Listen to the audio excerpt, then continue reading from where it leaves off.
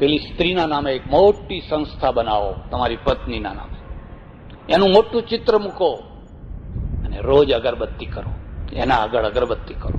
હું તને ઓળખી ન શક્યો, માફ કરજે, હું તને ઓળખી ન શક્યો. અને એ સંસ્થામાં સેંકડો હજારો છોકરીઓના જીવન બને, નવી કન્યાઓના જીવન બને એવી સંસ્થા ઊભી કરો. મને કે હા બિલકુલ તમે સાચું કહ્યું. મેં કહ્યું એટલા માટે જ ભગવાને તમને આજ ગાડી લઈને મોકલ્યા છે. તમે ખાલી ખાલી ગાડી લઈને નથી આવ્યા, પણ તમારે આ પ્રેરણા લેવાની છે. એટલે આ મુદ્દાને યાદ રાખજો. કેવલ વાસના છે, એમાં પૂર્ણ વિરામ છે જ, કારણ કે પૂર્ણતા જ નથી.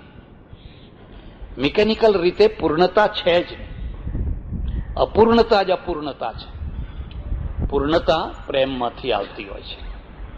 માના હૃદયમાં પ્રેમ છે એટલે એના છોકરામાં એને કદી દોષ નથી દેખાતો. ધૂળથી ખરડાયેલું હોય, લીંટથી ભરેલું હોય, ગંદુ ગોબરું હોય તો હા ભાઈ ભાઈ કરીને એને, કારણ કે એને પ્રેમ છે ને એને પૂર્ણતા મૂકી છે. એ જ શોખનું છોકરું હોય તો તરત જ ચોખ્ખું હોય તોય ના ગમે, રૂપાળું હોય તોય ના ગમે. આ પ્રેમને મરવા ના દેવો જોઈએ. પેલા દેશોમાં પ્રેમ મરી ગયો, વાસનાના ભડકા મોટા થઈ ગયા. મારે સ્વીડન, નોર્વે, ડેનમાર્ક, આ સ્કેન્ડિનેવિયન દેશોમાં જવાનું થયું. એનું પુસ્તક લખેલું છે, તમારે ઈચ્છા હોય તો વાંચજો.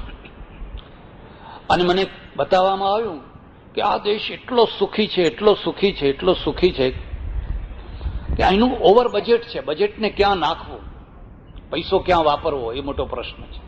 એમને કે બેસી જાઓ પ્લીઝ, ગડબડ થાય છે. કઈ ગડબડ, બધાને ગડબડ થાય છે. પણ આખી દુનિયામાં સૌથી વધુમાં વધુ આત્મહત્યાઓ અહીં થાય છે. સૌથી વધુ આત્મહત્યાઓ અહીં થાય છે. અને આત્મહત્યાઓમાં સૌથી વધુ આત્મહત્યા સ્ત્રીઓ કરે છે. કારણ કે જુવાની ઉતરી ગઈ. અને પુરુષ છે ને બહુ મોડો જુવાન થાય અને બહુ મોડો ઘરડો થાય. સ્ત્રી બહુ જલ્દી જુવાન થાય ને બહુ જલ્દી ઘરડી થઈ જાય. જુવાની ઉતરી ગઈ, હવે કોઈ નથી. મોટા ઘરમાં એકલી બેઠી છે, આગળ બરફના ઢગલા પડ્યા છે, ગાડી છે, બધું. હવે ટીવી જોઈ જોઈને ટીવી જોવું કેટલું. માણસને હૂંફ જોઈએ, અને ખાસ કરીને વૃદ્ધાવસ્થામાં જોઈએ, પાછલી જિંદગીમાં જોઈએ. અને હૂંફ નથી, કારણ કે પાત્રો આવતા ગયા, ખસતા ગયા, બદલતા ગયા, બદલતા હવે કોઈ નથી, હવે કોઈ નથી. એટલે આ સ્ત્રીઓ બહુ આત્મહત્યા કરે છે. તમે સમજી શક્યા હશો, ભારતમાં ખાસ કરીને સ્ત્રીઓમાં તમે જોશો તો બહુ ઓછો એટેક આવશે. પુરુષોને એટેક વધારે આવે. રિસર્ચ કરનારાને પૂછો, પુરુષોને વધારે એટેક કેમ આવે, બહેનોને કેમ ઓછો એટેક આવે? આવે કોઈક કહીએ, એકલ દોકલ કોઈ. એનું એક કારણ છે, બેની પ્રકૃતિ જુદી બનાવી છે. પુરુષના અંદર કેટલી વાતો ભરેલી છે. પેલા પ્રેશર કુકરમાં જેમ સ્ટીમ ભરાય ને એમ બધું. હવે ઇન્કમટેક્સની વાતો કઈ કોઈને કહેવાય કે અહીં પૈસા હંતાડ્યા છે, અહીં હંતાડ્યા છે, અહીં હંતાડ્યા છે, એ બધું કઈ કોઈને કહેવાય નહીં. એટલી બધી વાતો એના અંદર ભરી છે ને હવે પ્રેશર વધ્યા જ કરે છે. ભગવાને આ બહેનો માટે એવી વ્યવસ્થા કરી, પ્રેશર વધે જ નહીં. જરાક પડોશીના ત્યાં ગઈ નહીં,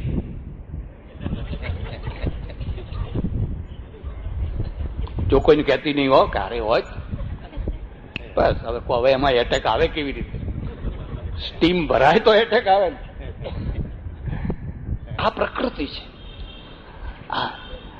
અને એનું એક કારણ છે, અહીંયા આપણે ઘણું વિશાળ જીવન જીવીએ છીએ. આપણા સંબંધો માત્ર સ્ત્રી પુરુષ પૂરતા જ સીમિત નથી. એ પેલા લોકોને બહુ આત્મહત્યાનું, અને આજે એ રડે છે, આજે દુઃખી છે. તમે ગરીબ હશો, પણ પ્રેમની દ્રષ્ટિએ તમે અમારા કરતા ઘણા સુખી છો.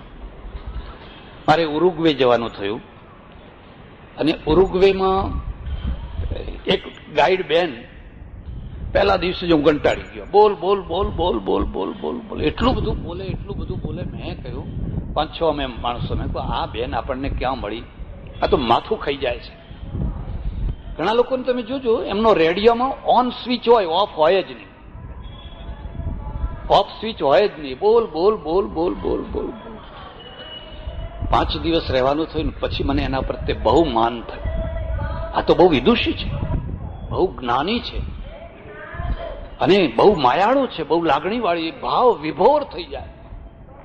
એરપોર્ટ ઉપર જયારે વિદાય કરવા આવી, મેં એને કહ્યું માફ કરજે, પહેલા દિવસે મને તારા ઉપર જરા અણગમો થઈ ગયેલો કે તું બક બક બક બક કર્યા કરે છે, બોલ બોલ કર્યા કરે છે. મને કે એ મારી ડ્યુટી છે, ગાઈડ છું ને મૌન રાખું તો ગાઈડ કેવી રીતે, મારે તો બોલ્યા જ કરવાનું. મેં કહું હવે તારા પ્રત્યે મને બહુ માન થયું, તો બહુ મોટી વિદુષી છે. 6 વર્ષથી 8 વર્ષથી છૂટાછેડા લીધેલા, અને છૂટાછેડા લીધેલા એના 2 છોકરા, એની માં, એ બધા. પછી મને કે તમે પ્રિસ્ટ છો ને? મેં કહું હા. તો મને આશીર્વાદ આપો, મારા માટે મને આશીર્વાદ આપો. મેં કહું તારે શું આશીર્વાદ જોઈએ? મને કે 2 ચીજો મને મળે, peace and love. Peace and love. ઓહો, આવું તો કોઈ માગતું જ નથી. અમારે ત્યાં તો ધનવાન, પુત્રવાન, લક્ષ્મીવાન, આયુષ્યવાન, વરદો ભવ, એટલે આ દુઃખી થવાના ધંધા છે. રહેવા દે ને ભાઈ. મને કે મને બધું મળ્યું છે, ખાલી પીસ અને લવ 2 જ જોઈએ. 6 વર્ષ થયા મારો પતિ છૂટાછેડા આપીને અમેરિકા જતો રહ્યો છે. મેં કહ્યું તું પરણી લે ને. કે 6 વર્ષથી ખોળું છું પણ કોઈ પતિ મળતો નથી. અમારે અહીંયા પુરુષોની બહુ તંગી છે, બધા અમેરિકા કમાવા જતા રહે ને સ્ત્રીઓ બધી અહીં રહી જાય. તો મેં કહ્યું એન્ડ ભારતમાં માટીડા જ માટીડા તારે. ત્યારે જોઈએ એટલા માટીડા કીધું. મને કે ભારત આવીશ ખરી કોઈ વાર, હવે મને ઈચ્છા તો થાય છે. એટલે મુદ્દાને યાદ રાખજો. આપણે શું રક્ષણ કરવાનું છે? પ્રેમનું રક્ષણ કરવાનું છે. અને પતિ પત્નીનો પ્રેમ છે એ જ્યારે દિવ્યતાની કક્ષાએ પહોંચે ત્યારે ઉર્દુમાં એને ઇશ્કે હકીકી કહે છે.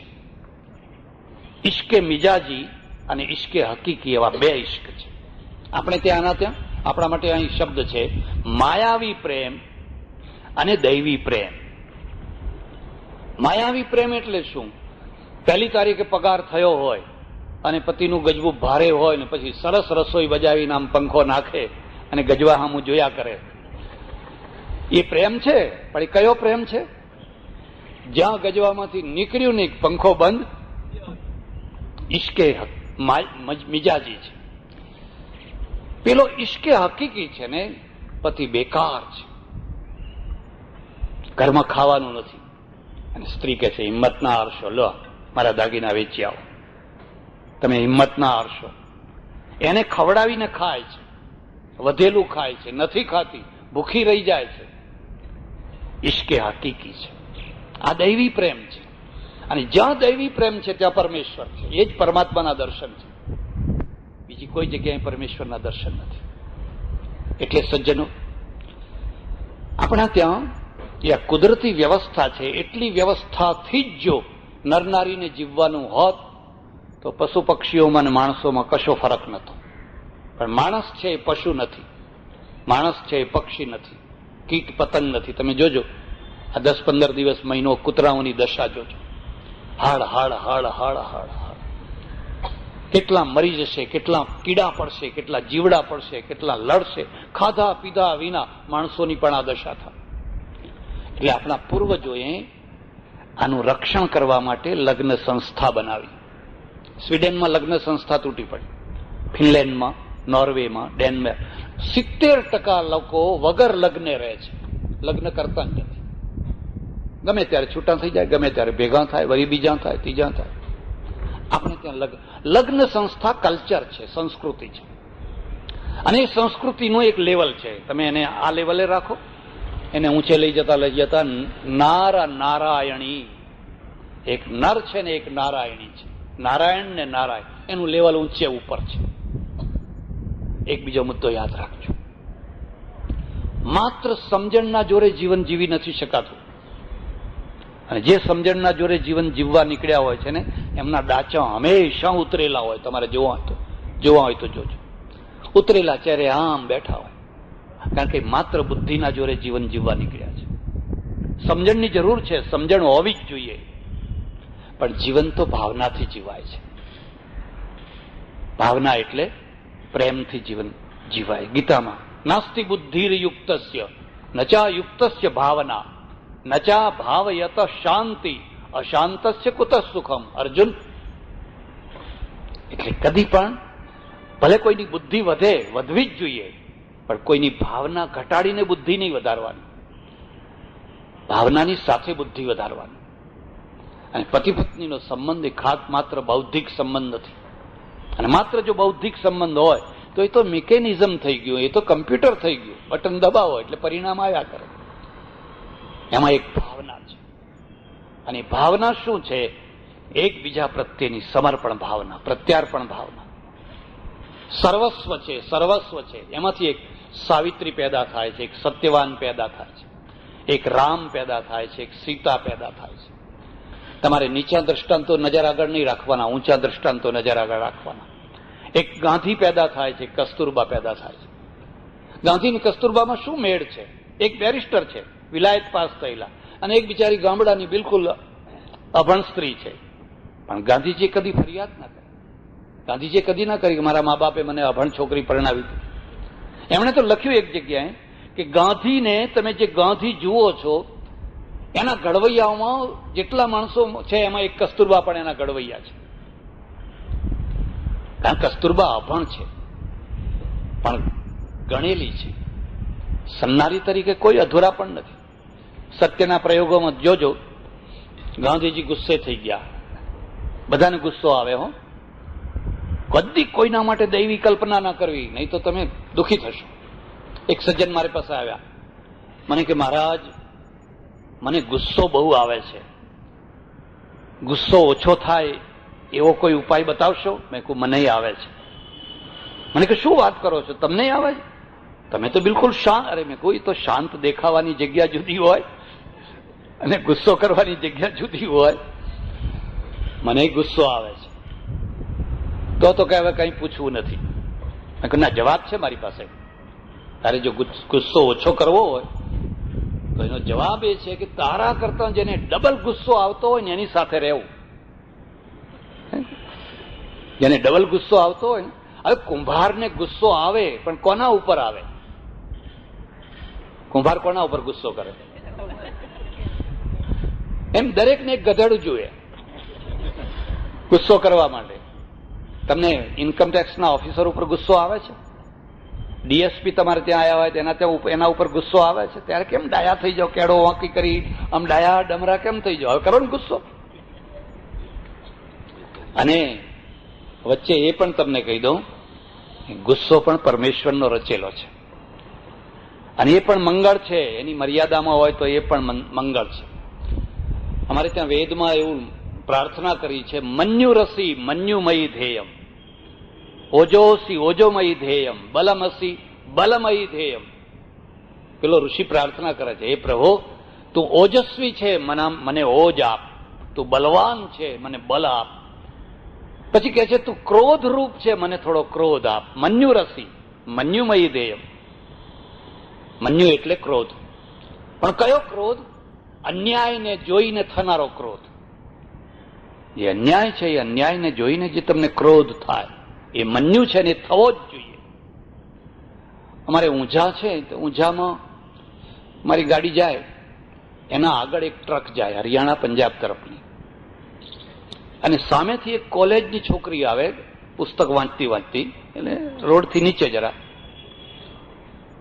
પેલા ડ્રાઈવરને શું સૂજ્યું ખબર નહીં, એને ધીરે રહીને ટ્રકને પૈડું નીચે ઉતાર્યું, અને પેલી છોકરી આમ ઊંચું જોઈને કંઈ સમજે એના પહેલા એના ગાલ ઉપર હાથ મૂકી ટ્રક આગળ લઈ ગયો, એટલે અડપલું કર્યું.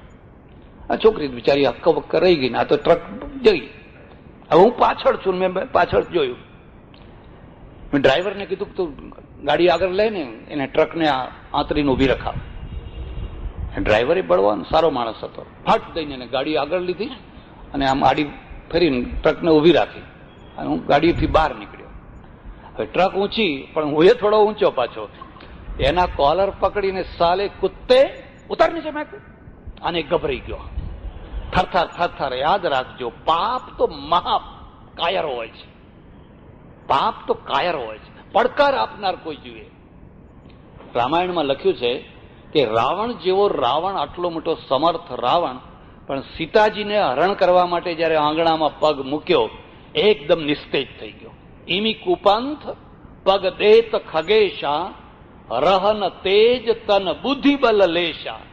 આ રાવણની દશા જુઓ, કેટલો મોટો ચક્રવર્તી છે, પણ આ પરસ્ત્રીના ત્યાં પગ મૂકવા ગયો છે તેનું આખું તેજ ખતમ થઈ ગયું. ગુંડાગીરી છે એ તો કાયરો ઉપર ચાલતી હોય છે. ગુંડો વીર નથી હોતો. કૂતરા છે એ તો સસલા ઉપર દાદાગીરી કરતા હોય છે.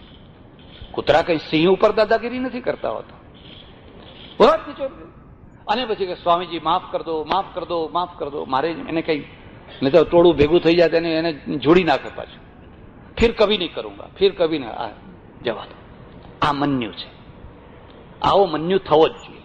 અને તમે કહો અરે જવા દો ને, આપણે શું, આપણે શું, દ્રષ્ટા બનો, દ્રષ્ટા બનો. અમારે સાધુઓ આવું શીખવાડે છે. ભીષ્મ દ્રષ્ટા બન્યા હતા એટલે દ્રૌપદીના ચીર ખેંચાયા. જો ભીષ્મ ઉભા થયા હોત ને દુર્યોધનને કહ્યું કે લે આ રાજીનામું, મારે સેનાપતિ નથી થવું, મારાથી આ દ્રશ્ય નહીં જોયું જાય, તો દુર્યોધન ચીર ના ખેંચી શક્યો હતો. પણ ભીષ્મે કહ્યું મું જે કરશે ભરશે, આપણે તો દ્રષ્ટા થાવ ને. દ્રોણે દ્રષ્ટા થયા. અને આ દ્રષ્ટા થવાના ઉપદેશના કારણે ગુંડાઓ વધી.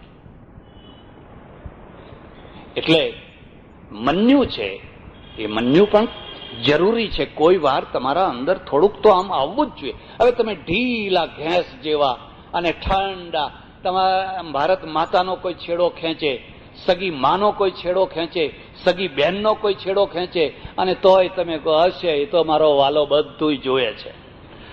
પણ તું જોયે છે એ તો જો ને, ત્યારે એ વાલાએ તને મોકલ્યો છે કે નહીં? પ્રજાને નમાલી ના બનાવવી જોઈએ, નિર્માલ્ય ના બનાવવી જોઈએ, તેજસ્વી બનાવવી જોઈએ. અને એમાં કદાચ થાય, એકાદ ઓછો થાય તોય થાય, એથી શું થઈ ગયું? પણ એમાંથી એક નવો સમાજ પેદા થતો હોય છે. કુરકુરિયા બધા જીવીને હવે 1000 કુરકુરિયા જીવે તો એમાં એકાદ ઓછું થયું તો શું બગડી જવાનું હતું? એટલે આ જે બે વસ્તુઓ છે, સમાજે બનાવી લગ્ન સંસ્થા. અને લગ્ન સંસ્થા છે એ એટલા માટે બનાવી કે વૃત્તિઓને એક કેન્દ્રમાં બાંધવામાં આવે. જો વૃત્તિઓને કેન્દ્રમાં બાંધવામાં ના આવે તો વૃત્તિઓ એટલી બધી બગડેલા ઘોડા જેવી છે કે એને કોઈ જગ્યાએ રોકી ન શકાય. વર્ષો પહેલા ચાણક્ય લખ્યું, સંતોષ સ્ત્રીષુ કર્તવ્ય સ્વદારે ભોજને ધને ત્રિષુ ચૈવ ન કર્તવ્યો અધ્યયને જપ દાનયો. એ ભાઈઓ, હું તમને ભલામણ કરું છું, ચાણક્યને વાંચો. ભર્તુહરિ અને ચાણક્ય આ બેયને તો તમે જરૂર વાંચો. 3 જગ્યાએ સંતોષ કરજો. સંતોષ સ્ત્રીષુ કર્તવ્ય સ્વદારે, પોતાની પત્નીમાં, પોતાના પતિમાં. એ જેવી હોય, જેવો હોય એમાં જ સુખ છે. બાજુના ખેતરમાં લીલું છમ ઘાસ છે, પણ જો એમાં મોઢું ભરવા ગયા તો ડેરો નાખશે. ઢોરાને નહીં પેલું હરાડું ઢોરું હોય એને ટોકરો બાંધે, ડેરો નાખે. ટોકરો છે એ કઈ એનો શણગાર નથી, પણ એ ક્યાં છે એ ખબર પડે એટલા માટે ટોકરો બાંધેલો છે. સ્વદારે ભોજને ધને, પોતાની પત્નીમાં સંતોષ કરવો, પોતાના પતિમાં સંતોષ. લગ્ન સંસ્થા છે. અને જ્યાં તમને એમાં સંતોષ આવ્યો, આહા, સિદ્ધરાજ જયસિંહને જયારે જસમા ઓડણ ઉપર મન મોહ્યું. હવે ઓડડી તમને ખબર નથી, આ ઓડ બહારથી આવેલી પ્રજા છે, બહુ રૂપાળી પ્રજા છે. એના સોનેરી વાળ, ગૌર વર્ણ જુઓ. એ વાત જુદી છે કે ભણી ગણી નહીં એટલે માટી ખોદતી થઈ ગઈ. એનો ઘોડો ત્યાં ને ત્યાં ઉભો રાખે, ત્યાં ને ત્યાં જ ઉભો રાખે, અને એ જસમાને જોયા જ કરે. એક દિવસ પ્રસ્તાવ રાખી દીધો, જસમા ચાલ હું તને રાણી બનાવું, મહારાણી બનાવું, તને આ આપું, ફલાણું આપું, ફલાણું આપું, ફલાણું આપું. એક લોકગીત છે ને, લોકગીતમાં લોકકવિએ બધું લખેલું, જસમા તારે સોનાનો મહેલ, અને જસમા સામેથી જવાબ આપે છે, અમારે ઓડાને ભલા ઝોપડા, અમારે ઓડાને ભલા ઝોપડા. રાજા તારે સોનાને મહેલ, ભલે રહ્યો. તારે છત્રી પલંગ, એટલે પેલી જસમા કહે છે, અમારે ઓડાને ભલી ખાટલી. જસમા હું ચક્રવર્તી રાજા છું, જો મારા સામું જો. અને જસમાએ બહુ ધીરેથી કહ્યું, મારો ઓડ ચક્રવર્તી રાજાનો રાજા છે. અને એને પગ પછાડ્યા. આ કઈ માટીમાંથી બનેલી આ સ્ત્રી છે? કેમ?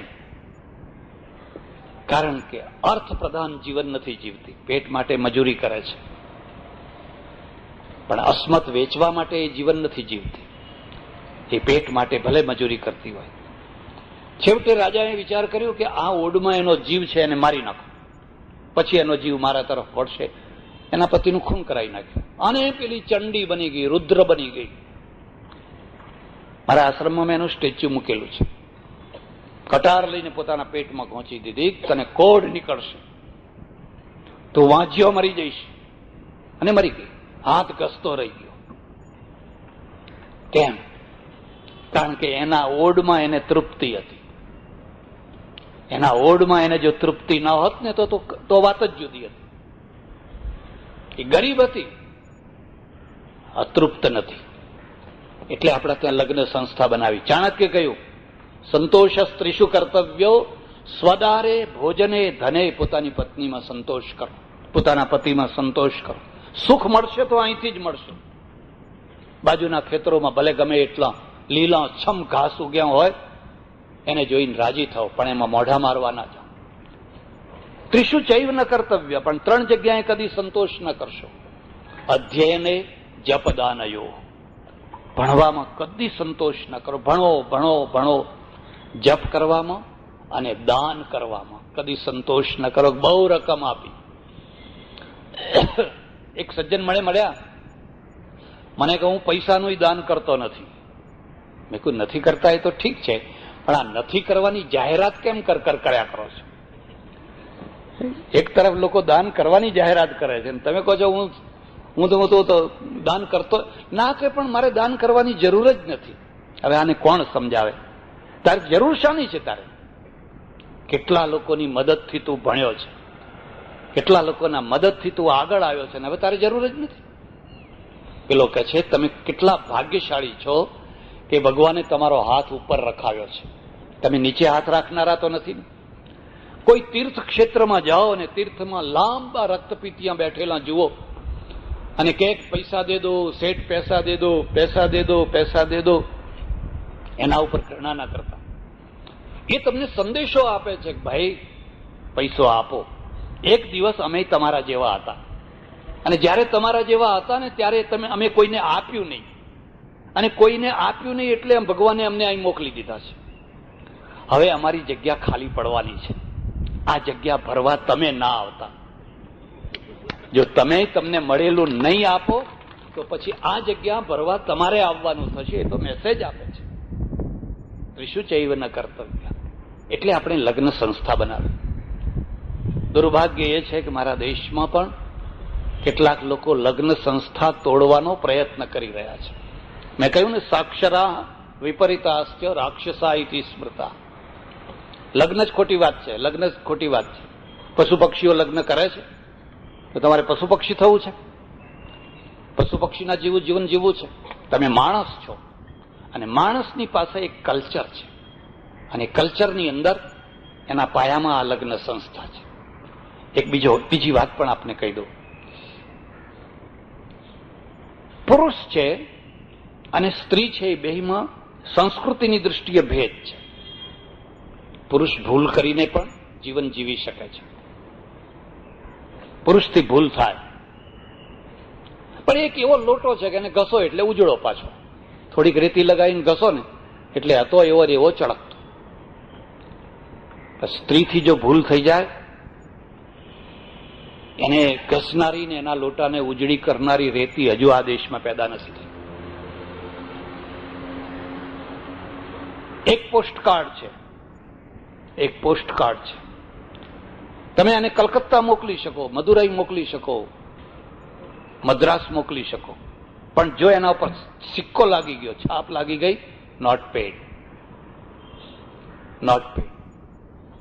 એટલે ભારતમાં જે કુંવારી કન્યા છે, કુંવારી કન્યા પોસ્ટકાર્ડ જેવી છે, અને એટલે એને એનું રક્ષણ કરવાની જરૂર છે, એને સાચવવાની જરૂર છે. કદી એવું નહીં માનવાનું કે આ છોકરા બધે રખડે છે, તમે કેમ ના રખડીએ. છોકરા રખડે એ વાત જુદી છે, પણ તમારા માટેના પરિણામ ભયંકર છે. કેટલીક ભૂલો એવી છે કે જેને સુધારી શકાય, અને કેટલીક ભૂલો એવી છે કે એને કદી સુધારી ન શકાય. તમે એને કદી સુધારી ન શકો.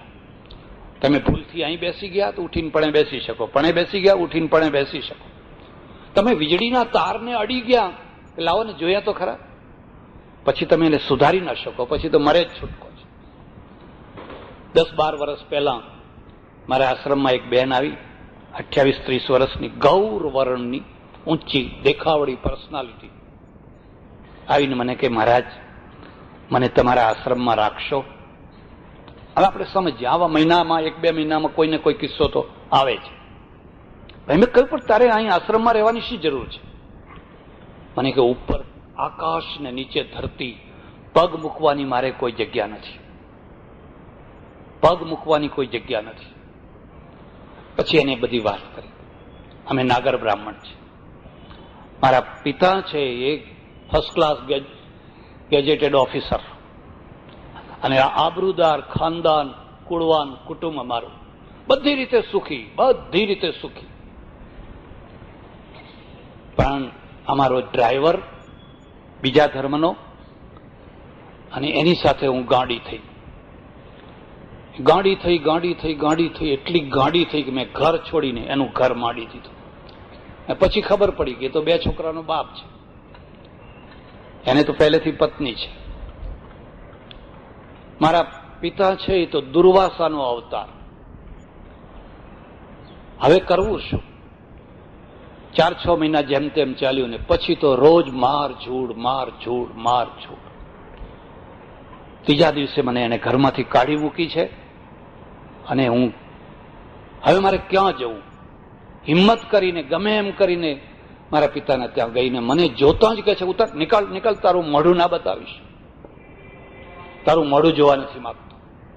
યાદ રાખજો, પશ્ચિમમાં પુરુષ અને સ્ત્રી 2 પરણે છે, અને ભારતમાં 2 પરિવાર પરણે છે. 2 માણસો નથી પરણતા, પણ 2 કુટુંબ પરણે છે.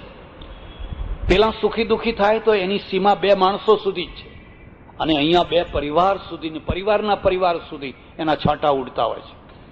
તારા કારણે મારી બાકીની 2 દીકરીઓના લગ્ન નથી થતા. છોકરાને કોઈ કન્યા, પેલો ને એમ કે એની છોકરી પરણે ગઈ, એને પેલો ને એમ કે હું કોઈને મોઢું નથી બતાવી શકતો. મેં બહુ મોટી ભૂલ કરી મહારાજ, પણ હવે મારે કરવું શું? મારે ક્યાં જવું? કેટલીક ભૂલો સુધારી નથી શકાતી, અને જે ભૂલો સુધારી ન શકાય એવી ભૂલો પોતાના બાળકોથી, પોતાના સમાજના બાળકોથી ન થઈ બેસે એની કાળજી માતા પિતાએ, સમાજે રાખવી જ જોઈએ. ઉશ્કેરનારા તો ઘણા મળી જાય. ઇક્વલ છો, પેલા રખડે તમે રખડો, પછી આવજો બધા ઇક્વલ વાળા, પછી એમના ઠેકાણા પાડજો, તમને ખબર પડે, પછી એમની દશા જોજો તમે. એટલે આપણે એક કલ્ચર બનાવ્યું છે, અને કલ્ચર શું છે કે પુરુષની મર્યાદા, સ્ત્રીની મર્યાદા, અને એ મર્યાદામાં બેયનું રક્ષણ, બેયનું હિત, બેયનું કલ્યાણ. હા, હું એ પક્ષમાં નથી કે તમે દીકરીને ગાય ને દોરે ત્યાં હાથ પકડીને ગમે તેને પરણાવી દો, એ પક્ષમાં નથી. એનો અવાજ છે, એની ઈચ્છા છે, એ હોવી જ જોઈએ, પણ એની સાથે સાથે એની ચોઈસ અને એના મા બાપના અનુભવ બેયને મેળવવાના. ચોઈસમાં તો શું છે, એક છોકરો તમે જોયો, એક છોકરો, હવે એનું રૂપ જોયું, મેં તમને કહ્યું ને, પેકિંગ રૂપાળું છે, અંદર કોલસા ભર્યા છે, પછી ખબર પડે કે અંદર તો આવું જ. પણ ત્યારે હવે શું ભૂલ સુધારી શકાય? હવે કઈ ભૂલ સુધારવાની થોડી તક રહી છે? પેલા વૃદ્ધ માણસો છે, એના અનુભવો અને આની ચોઈસ, આ બેયને ભેગા કરવાના, અને બેયના ભેગા કરો તો મંગલ થઈ જાય, કલ્યાણ થઈ જાય. એટલે આપણે લગ્ન સંસ્થાની વ્યવસ્થા કરી, અને એ લગ્ન સંસ્થા છે એમાં ક્રમે ક્રમે સુધારો થતો ગયો, બધું ઘણું બદલતું ગયું, મારે ઘણી ચર્ચા નથી કરવી. ત્રીજો જે સંબંધ છે અથવા એનું રક્ષણ છે એ ધર્મ કરતો હોય છે. મેં તમને કહ્યું ને, એ ધર્મ એક ભાવના ભરે છે. ભાવના શું ભરે છે? પતિ એ પુરુષ નથી, એ ભગવાન છે. એ ભગવાન છે. જો તમને ધરતીમાં માતા દેખાતા હોય, ગાયમાં માતા દેખાતા હોય, આપણે ધરતીને માતા કહીએ, ગાયને માતા કહીએ, પીપળાને, ફલાણાને, આ ભાવના છે. તો નરનારીના સંબંધમાં એ ઊંચી ભાવના કેમ ના આવે? અમારે ત્યાં આજે એક વૃદ્ધ દંપતી રહે છે મારા આશ્રમમાં. એમના છોકરાઓ બહુ મોટા મોટા પ્રોફેસરો છે, ડીન છે, સુખી છે. એમનું દાંપત્ય જોઈને આપણે રાજી થઈ ગયા. એકની ઉંમર 82-85 વર્ષની છે, એકની ઉંમર 70-72ની છે. એકને વાગ્યું હોય તો બીજો આખો દિવસ પાટો બાંધ કરે. હવે પેલી સ્વીડનની ડોશીને કોઈ પાટો બાંધનારું જ નથી. એને કોઈ પૂછનારું નથી કે તે ખાધું કે ના ખાધું, તેને ઊંઘ આવી કે ના આવી, કોઈ પૂછનારું નથી. અને આખો દિવસ પાટો બાંધ કરતા હોય છે એકબીજાને, કારણ કે હૂંફ છે. ધર્મે એ ભાવના ભરી, મારે તો જે છે એ આ છે. પેલાને પણ એમ છે કે મારે તો જે છે એ આ છે. એટલે વધુ સમય નહીં લઉં, મારે જે વાત કહેવાની છે આટલી છે. આપણી નારી શક્તિનું રક્ષણ થવું જોઈએ, નર શક્તિનું રક્ષણ થવું જોઈએ. બેયને લડાવવા નથી, બેયને એકબીજાના દુશ્મન બનાવવા નથી.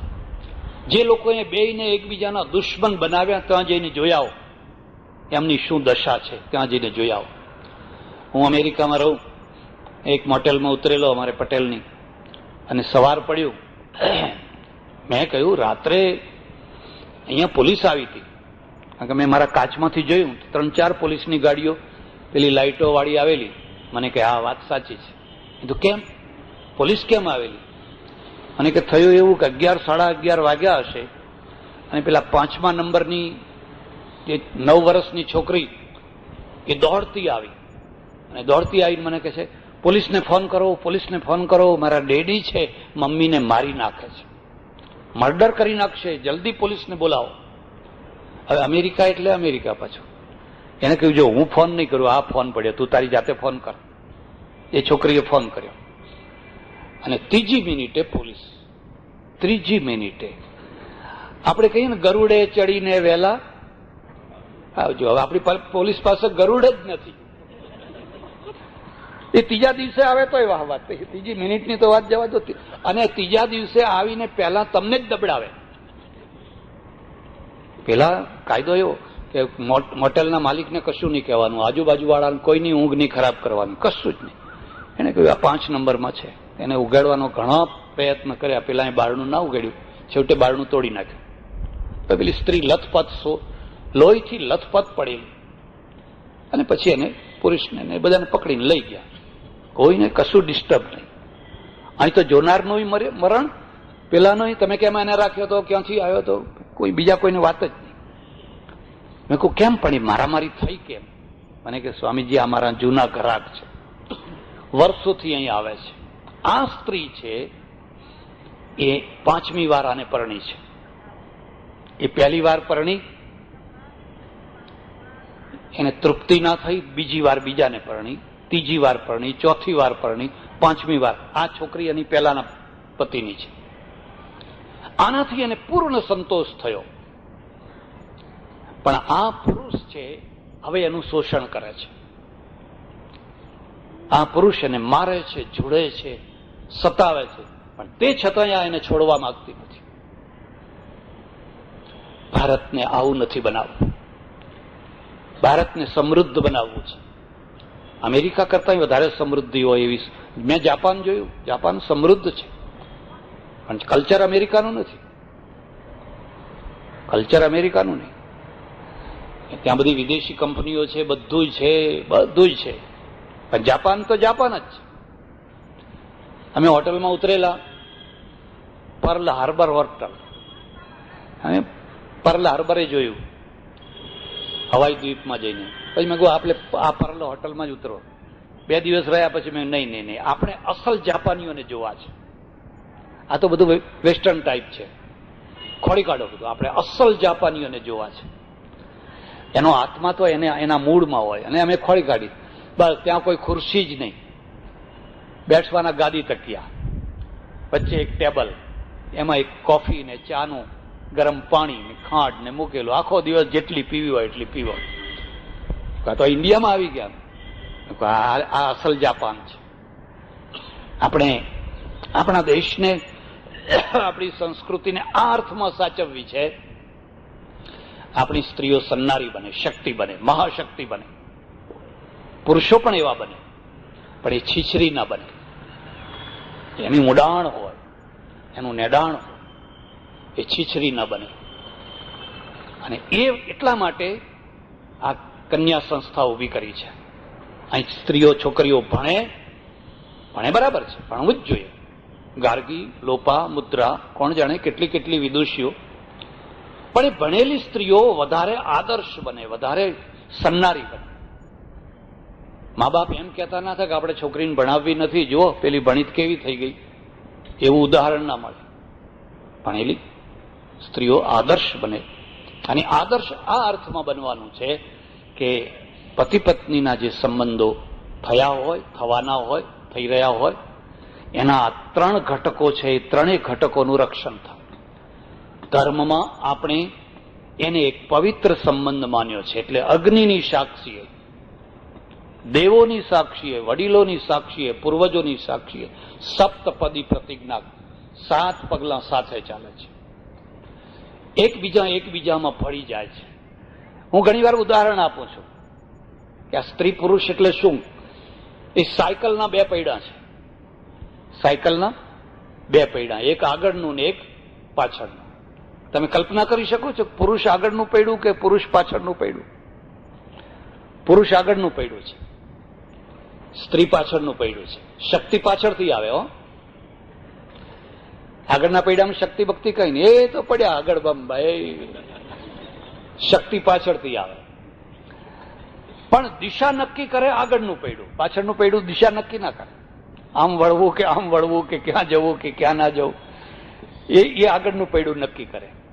અને આગળનું પૈડું નક્કી કરે ને પછી પાછળના પૈડાને ઠીક લાગે તો શક્તિ આપે, નહીં તો જે ઊભું રહી જાય તો પૈડું આમ થઈને ઊભું રહી જાય. ઘણી વાર અમને લોકો બોલાવે ને જમવા, એટલે હું કહું ભાઈ ઘરમાં તમે બેનને પૂછીને આવ્યા છો? મને કે એમાં વળી બેનને ના કીધું તો નથી આવવું. પેલા ઘરવાળીને પૂછીને આવો, કારણ કે અમે ઘણી વાર ઘરવાળીને પૂછ્યા વિના જમવા ગયા હોય એને પછી જે અનુભવ થાય એ તો અનુભવ જ છે. પછી એની તો કોઈ વાત જ નહીં. નૈરોબીમાં એક એવા વૃદ્ધ બ્રાહ્મણ 80-85 વર્ષના લઈ ગયેલા, અને અમે 2 જમવા બેઠા, અને એમના પત્ની હતા, એ બિચારા વૃદ્ધ, એને મોતીઓ જાડા ચશ્મા પહેરેલા, એ લાવે ને એમાં લાવવામાં કંઈક જરા વાર થઈ હોય. 80 વર્ષની ગઈ ડોસી, એટલે આ ડોસો છે ને ત્રાડ નાખી. એક તો બ્રાહ્મણ, દુર્વાસાનો અવતાર, એ લખડી ક્યાં મરી ગઈ? હું બેઠો છું ને એ ડોહાએ ત્રાડ નાખી, એ લખડી ક્યાં મરી ગઈ? એટલે પેલા લખડી બા આવ્યા, આવીને કહે છે મરી નથી ગઈ, તમારા લાડવા ખાઈને પછી મરીશ એમ. મેં કહ્યું વાહ વાહ વાહ વાહ. મહેમાનની હાજરીમાં જો આ સંવાદ થતો હોય તો મહેમાનની ગેરહાજરીમાં તો કેવા કેવા સંવાદ થતા હશે. એટલે આપણે 2 પૈડા છે. શક્તિ પાછળથી આવે છે, પુશિંગ કરે છે. આગળનું પૈડું દિશા નક્કી કરે છે, કઈ તરફ વળવું કેમ નહીં. હવે 2 પૈડા છે ફૂલ જતા ઢાળ ઉપર. બ્રેક પાછળ લગાડવાની કે આગળ લગાડવાની? અને આગળના પૈડાને જો બ્રેક લગાવો તો સાયકલ ઉથલી પડે, કારણ કે શક્તિ પાછળ છે. નર નારીની આ જોડ છે. એવી જ રીતે આ જે વીજળી છે ને એના 2 કરંટ છે, 2 વાયર છે. એકમાં અર્થ છે અને એકમાં ફેસ છે. એકમાં વીજળી છે ને બીજામાં વીજળી નથી, પણ એ અર્થિંગ કરે છે. હવે તમે કહી શકશો કે અર્થિંગ કોણ ને ફેસ કોણ? પુરુષ અર્થિંગ છે, વીજળી કઈ નહીં. અહીંયા ફેસ છે. એ બધી પ્રવૃત્તિ થાય છે ને, એટલે અમારે શાસ્ત્રમાં લખ્યું છે પ્રકૃતિથી આખી દુનિયામાં પ્રવૃત્તિ થાય છે. પુરુષ તો માત્ર દ્રષ્ટા છે, પણ અર્થિંગ વિના એકલી પ્રકૃતિ કશું ના કરી શકે. અને અર્થિંગ તો બિચારો એકલું કશું કરી જ ન શકે, ફેસ તો જોઈએ જ. પણ આ બે સાથે ને સાથે રહેતા હોવા છતાં બે એકબીજામાં જો જોડી દો, છેડા બેના જોડી દો તો ફ્યુઝ ઉડી જાય. તો અર્થમાં ફેસ જાય ને ફેસમાં અર્થ જાય, ફ્યુઝ ઉડી જાય. તમે જોજો ઘણાના ઘરમાં ફ્યુઝ ઉડી ગયા હોય છે, ઘણાના ઘરમાં ફ્યુઝ ઉડી ગયા હોય છે. બેયને સાથે રાખવાના છે, બેયને સાથે. પણ અર્થનું વ્યક્તિત્વ અર્થ છે અને ફેસનું વ્યક્તિત્વ ફેસ છે. બંનેના કલર છે એ કલરનું રક્ષણ કરવાનું છે, એકબીજાની નકલ નથી કરવાની. સારું છે કે સ્ત્રીઓ પુરુષોની નકલ કરતી થઈ ગઈ ત્યાં સુધી તો હજુ ઠીક છે. પણ જે દિવસે આ પુરુષો સ્ત્રીઓની નકલ કરતા થશે તે દિવસે સ્ત્રીઓ જ કહે છે નથી હારા લાગતા, નથી હારા લાગતા. તમારો જે મેકઅપ કરવાની જે બધી સામગ્રી હોય એ બધા પુરુષો લગાડતા થઈ જાય તો બહેનોને સારું લાગે ખરું? આફ્રિકામાં અમારે તો ઘણા લોકોના ઘરમાં ઉતરવાનું થાય. એક ઘરમાં જોયું તો બાથરૂમમાં એટલી બધી કલરવાળી શીશીઓને, કોઈ લાલ ને પીળી ને બ્લુ ને કાલા. અરે મેં કહ્યું આ તમારા બાથરૂમમાં બધું દવાખાનું છે કે શું? મને કે ના દવાખાનું કેમ? આટલી બધી દવાની શીશીઓ? મને કે ના મહારાજ, આ તો આ શેમ્પુ છે, આ પછી આ ક્રીમ છે, આ પછી ફલાણું ક્રીમ. એટલે મેં કહું હું તો કશું લગાડતો નથી, કોઈ દાડો ક્રીમી નથી લગાડતો નથી. આ પેલા તમારા ગીરના સિંહ છે એ મેકઅપ કરે છે તો ફોટા તો એના પડે છે, આ મેકઅપ વાળા તો કોઈ ફોટા પાડતા જ નથી. પેલા સિંહના લોકો ફોટા પાડવા જાય છે. એક લઘુતા ગ્રંથિ છે. સારું છે તમે પાટલું પહેરો, કશો વાંધો નથી. પણ જે દિવસે આ લોકો ચણિયો પહેરતા થયા તે દિવસે તમે કહેશો કે ના તમારે આવું નથી થવાનું, તમારે આવું નથી થવાનું, તે દિવસે તમે એમને જ રોકવાના છો. એટલે મારે વધારે ચર્ચા નથી કરવી, આટલું જ કહેવાનું છે. પોરબંદર જેવા ઐતિહાસિક નગરમાં મને કાલે કહેવામાં આવ્યું રાણો, પાણો, ભાણો, આ ત્રણેયની અહીં પ્રસિદ્ધિ છે, ધન્ય છે. અને સૌથી વધારે પ્રસિદ્ધિ તો ગાંધીજીની આ જન્મભૂમિ છે. આ અહીંયા ઐતિહાસિક પ્રજા વસે છે અને એ પ્રજાઓમાં તમે આટલી સરસ મજાની કન્યાશાળા બનાવી, કન્યા છાત્રાલય બનાવ્યું, બીજી બધી સંસ્થાઓ બનાવી.